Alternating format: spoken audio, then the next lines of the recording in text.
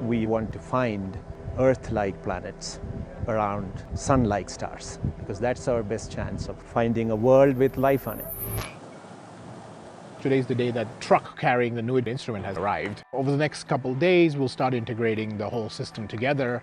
But the first step is to actually get here, and today the instrument got here. The instrument is a radial velocity spectrometer. It measures to very high accuracy the wobble of a star as a planet goes around it. We are trying to do this, the level of sensitivity more than anything that exists at the moment. We're really gunning for is one of the most precise measurements of a frequency in astronomy. And I'm hoping we can get down to the point where we're really probing the limits of the star and nothing else. The idea with NUID is really develop something that is so stable that you're purely dominated by stellar astrophysics.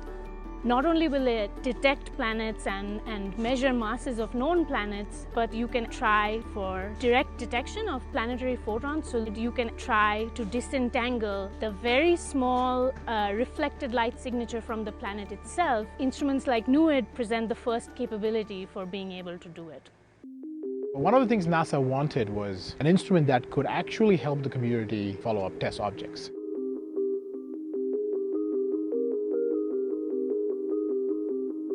I think it'll be a very valuable resource for confirming test planets. So TESS provides the one half, and NUID I think will do a wonderful job providing the masses for a lot of these confirmed planets.